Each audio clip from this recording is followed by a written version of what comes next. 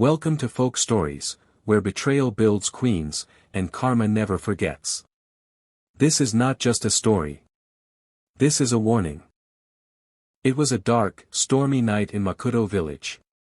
The rain poured heavily from the sky as thunder rumbled above. Inside a small mud house, Nia screamed in pain. She was in labor, her body shaking, her breaths short and fast.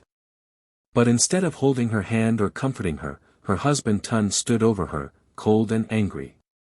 "Don't embarrass me in front of my boys," he snapped. Without care, he pulled her up roughly and dragged her outside into the pouring rain. Nia's feet slipped on the wet ground, her cries drowned by the sound of thunder. Her only crime. She was about to give birth to a girl, and Tun wanted a boy. The rain soaked her clothes as she stumbled and fell near the village gate, her body too weak to keep going. Her contractions came harder, sharper, each one stealing her breath. She lay on the muddy ground, belly heaving, heart breaking. Behind her, Tun's laughter echoed in the storm, sharp like lightning, cutting through the night. Nia clutched her stomach, tears mixing with the rain. No one came to help. No neighbor opened their door. Alone, scared, and in pain, she whispered to her unborn child, "Hold on, baby, just a little longer." That storm broke her water, but not her spirit. In that moment, something inside her rose. She would not die there. Not like this. Not without a fight. She wasn't just giving birth to a baby. She was about to be reborn too. The rain didn't stop. It came down harder, washing the mud through the streets of Makuto village. Nia lay shivering near the village gate, her body aching, her baby almost ready to come. She was cold, weak, and scared. She had no one. Then, out of the shadows, came an old woman. Her name was Mama Yari, a homeless woman who wandered the village with no family, no home, and nothing to her name but kindness. Her clothes were torn, her hands rough, but her heart was strong. She saw Nia lying there, and without asking questions, she rushed to help. "Hold on, my child," Mama Yari said softly, placing her thin shawl over Nia's body. She helped her crawl beneath an old broken shed nearby. The roof had holes, but it was better than being out in the open. She gathered dirty cloth, dry leaves, and even plastic scraps to make a bed for Nia. There were no doctors, no lights, no medicine. Only two women, one giving life, the other helping life come through. With every scream, Mama Yari held Nia's hand and whispered prayers. She had delivered many street babies before. She knew what to do. Finally, after hours of pain and blood and thunder, a baby cried. A tiny girl, wet and warm, was placed on Nia's chest. Nia cried too, this time from love. "She's beautiful," Mama Yari whispered, gently wiping the baby's face. "This baby will rise. I see greatness in her eyes." Nia looked at the little face that had survived such a cruel welcome into the world. She thought for a long moment, then whispered, "Her name is Xena." Mama Yari smiled. "Xena, what does it mean?" Nia smiled weakly and said, "It means secret power." That night, something else was born too, not just the baby, but a new version of Nia. A woman who had lost everything, her home, her husband, her safety, but still had her daughter. And from that moment on, she made a silent promise to Xena, "I will never let them break you like they tried to break me." She had nothing. No money, no house, not even shoes. But she had fire inside her now. A deep anger, and an even deeper love. And she knew that one day, the world would hear her daughter's name. Nia stayed with Mama Yari under that shed for a few days. She learned how to keep Xena warm with cloth scraps, how to make food out of almost nothing, how to beg with dignity. Mama Yari treated Xena like her own grandchild. They were poor, dirty, and hungry, but they were alive. And every night before sleeping, Nia would hold her baby close and whisper, "We'll leave this street. I don't know how, but I swear, one day you'll never have to see this life again." That promise stayed alive in her heart, stronger than hunger, louder than pain. Nia was no longer just a girl who had been thrown out for giving birth to a daughter. She was a mother with a mission. She didn't have power, or money, or help. But she had Xena. And that was enough. Enough to keep walking. Enough to keep trying. Enough to one day change everything. Every morning, Nia woke up on a hard wooden bench at the bus stop, her daughter Xena curled up beside her under an old wrapper. The city was loud and busy, but for Nia, each sunrise meant a new chance to try again. She tied her tray of plantain chips, lifted it onto her head, and walked through dusty markets, calling out, "Hot chips. Sweet chips." She smiled at people even when her feet ached, even when they ignored her. She didn't sell much most days, but she always made sure Xena ate first. At night, they returned to the bench, holding each other tightly against the cold. While walking through the markets day after day, Nia noticed things others didn't. She saw women crying over spoiled tomatoes, traders fighting about missing supplies, sellers begging delivery men to come on time. Many vendors didn't know where to get things cheaply or how to move them fast. Nia asked questions and listened. Everyone had the same problem, no one to help them move or manage their goods. That's when an idea quietly lit up in her mind. She didn't know how or when, but she believed this idea could change everything. At night, after Xena slept, Nia pulled out old paper scraps, pieces of cartons, back pages of receipts, and began to draw. She sketched little boxes and lines. She wrote simple words like driver, farmer, market. She dreamed of a small app, one that could connect all these struggling sellers to each other. No middlemen. No cheating. Just one simple tool that worked for the poor, not just the rich. She called it Xenitech, after her daughter. Because just like Xena, this idea came from her pain, but carried hope. For 2 years, she kept dreaming and working. She saved every coin. She cleaned restaurants early in the morning. She kept asking people questions. One day, she met a quiet man who bought her plantain chips. He wore a simple suit, and his eyes were kind. Nia, without even knowing why, told him her idea. The man listened carefully. Days later, he came back, not to buy chips, but to give her a chance. He said just 6 words, "I want to help your idea." That day, Nia cried like she hadn't in years. With his quiet support, she found young developers who believed in her vision. They helped her build the first version of Xenitech. It was small at first. Only a few people downloaded it. But word spread. Vendors started talking. Drivers joined. Farmers signed up. Soon, it was everywhere. Rural markets were changing. Sellers were earning more. News reporters started calling her the market woman with the mind of a CEO. But Nia didn't care about titles. She only cared about one thing, that Xena never had to sleep on a bench again. From that street bench, Nia had built something huge. Her brilliance, once hidden in the dust, was now lighting up markets across the country. And this was just the beginning. Xenitech spread faster than anyone expected. What started as a small idea sketched on scraps of paper became the heartbeat of rural markets across Nigeria. Word traveled from village to village, town to town. Vendors who had never used a phone app before were suddenly placing orders, tracking deliveries, and selling more than ever. Drivers were finding jobs through the app.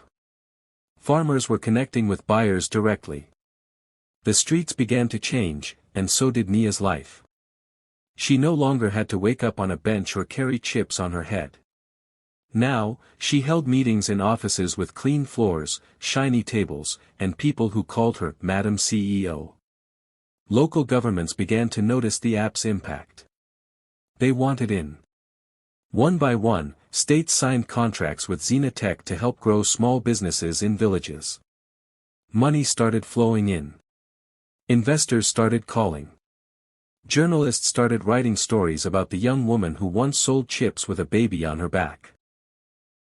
They called her the mother of rural gold because everywhere Xenitech touched, something valuable grew, not just money, but hope. Nia moved into a beautiful mansion in Lagos. The house had wide glass windows, soft carpets, and a garden full of flowers Xena picked herself. Xena, now older, had her own room with toys, books, and everything Nia never had as a child. Their life had changed.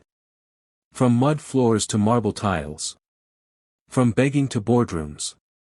From being ignored to being celebrated. Her net worth crossed $10 million and kept rising. But even with all the success, Nia never forgot the past. She never forgot the night it all began, the rain, the pain, the laughter of Tund as he left her behind. That sound stayed in her memory like a scar. It didn't make her bitter, but it made her sharp. She had forgiven the past, but she hadn't forgotten it. She knew that one day, the circle would close. Not for revenge. But for justice. She kept Xena close in everything. She made sure her daughter grew up knowing both the struggle and the strength behind their name. Xena was the face of the company now, appearing in small ads, speaking at youth events, and even helping her mom test new features in the app. Nia didn't just build a business. She built a legacy. One that could never be taken away from her again. At fancy events, when people asked her how she did it, Nia always smiled and said, "With a baby on my back and an idea in my mind." People laughed, but her eyes told the truth. It wasn't funny. It was fire. It was survival. It was a woman who was once left in the street, now sitting at the same tables people once told her she didn't belong at. But deep in her heart, Nia knew her journey wasn't over. She had built an empire. She had changed lives.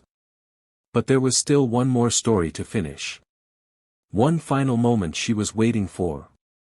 And it was coming soon. The front desk at Xenitech was busy as usual. People came in with resumes, dreams, and nervous smiles. One of them was a young woman named Busy. She looked confident, wearing a neat dress and holding a folder of papers. She had no idea what kind of company this truly was. She just wanted a job, any job. Her husband, Tund, had been struggling lately. Money was tight. Busy thought maybe she could help out with a small salary. So she applied for an entry-level assistant role. The interview went well. She was polite, sharp, and ready to work. The hiring manager liked her energy and said she could start the following Monday. On her first day, Busy walked through the shiny glass doors of Xenitech with wide eyes. She had never worked in such a beautiful place. The walls were lined with photos of markets, farmers, and strong women. Everyone was kind. Her team welcomed her with snacks and smiles. She had no idea who the founder was. She had never heard the name Nia spoken in her house. At least not in a serious way. Tund had mentioned her once or twice, always with laughter. She was weak, he once told Busy. She couldn't handle life. Busy believed him. Weeks passed. Busy got used to the job. She was good at it. She made friends.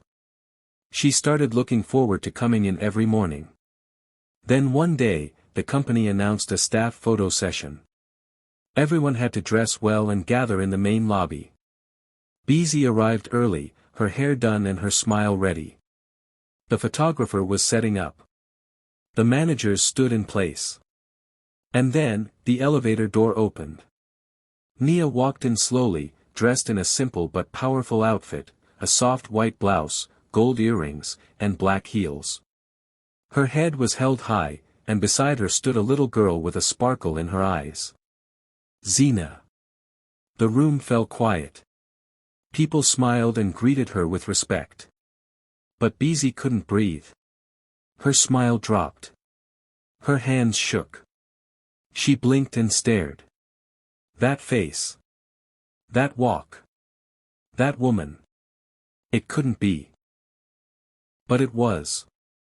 That's my husband's ex-wife, Beezy whispered, almost choking on the words. The girl beside Nia. That must be Xena. The baby he had abandoned. The same baby he had said would never survive. People in the office looked around, confused by Beezy's sudden change. But Nia didn't flinch. She looked directly at Beezy, her eyes calm and sharp. Not angry. Not surprised. Just steady, like someone who had already lived through the worst and now had nothing left to fear. She stepped into the center of the photo, took her place as CEO, and smiled for the camera. The silence in the room was loud. No one said a word. The camera clicked. And just like that, everything changed. Beezy stood frozen, a storm of questions in her mind. How had this happened? How did the woman her husband left in the rain become the boss of everything? She suddenly felt very small. Because now she knew, the past wasn't gone. It was standing right in front of her. And it wore heels. Tun stood outside the tall glass building, looking up at the giant gold letters, Xenitech. He didn't know why he'd been called there. All he knew was that his wife, Beezy, had come home pale-faced the night before. She hadn't spoken much, only said, "You need to go there. Now." He didn't ask questions. But now, as security guards opened the door and led him inside, a strange feeling crept over him. He was used to giving orders, not being summoned. And definitely not like this. The hallways were quiet, too clean, too polished. Everything smelled like success, the kind he never thought his past would be part of. The guards didn't say a word. They just walked him through the shining floors until they reached a big wooden door. One of them pushed it open. Inside was a long boardroom table, surrounded by important-looking people. At the head of the table sat a woman, straight-backed, calm, powerful. It took Tund a second to realize, it was Nia. But this wasn't the Nia he remembered. Not the girl crying in the rain. Not the woman begging him to stay. No, this Nia looked like someone who owned the room. And beside her sat a little girl in a pink dress with tiny pearls around her neck. Her hair was neatly braided, and her small hands held a notebook as if she belonged there, and she did. Nia leaned back slightly, looked at him, and said, "This is my daughter. The one you left for dead." Tun's mouth went dry. His eyes shifted to the girl. Her face was soft, but her stare was sharp. She looked up at him and asked, "Are you the man that made Mommy cry?" The room went completely silent. No one moved. Tund opened his mouth to speak, but no sound came out. Suddenly, all his pride, all his power, all his years of pretending, they crumbled. He wasn't the man in charge anymore. He wasn't even a man anyone respected. He was just, the man who walked away. He tried to speak, maybe to apologize, but Nia raised her hand gently and said, "You don't get to speak here. Not today." Tund stood frozen. Everything around him, the polished table, the expensive chairs, the name on the wall, had her fingerprints on it. All of it had come from the very moment he abandoned her. He thought she'd fall. But she had risen. And now he was the one standing small in front of her empire. Nia turned to the board members and said, "Meeting over." One by one, the others stood and left, some giving Tund a long, quiet look. As the room emptied, Xena gently leaned into her mother and whispered something. Nia smiled and nodded. Then she looked at Tund one last time and said softly, "You gave us nothing. But thank you. You were the push I needed." Tund left the building slowly, his hands shaking. He had walked in with a name. He walked out with shame. The next day, Tund received a message from Xenitech. It was an official offer, a job. But not the kind he ever imagined. Nia had offered him a janitor position. The salary was small, the title even smaller. It was a job that required him to clean floors in the very building his ex-wife now ruled. At first, he thought it was a joke. But the message was real. And so was the humiliation. He threw the paper aside, full of pride and shame, refusing it without even thinking twice. But Nia knew he would. She didn't need him to say yes.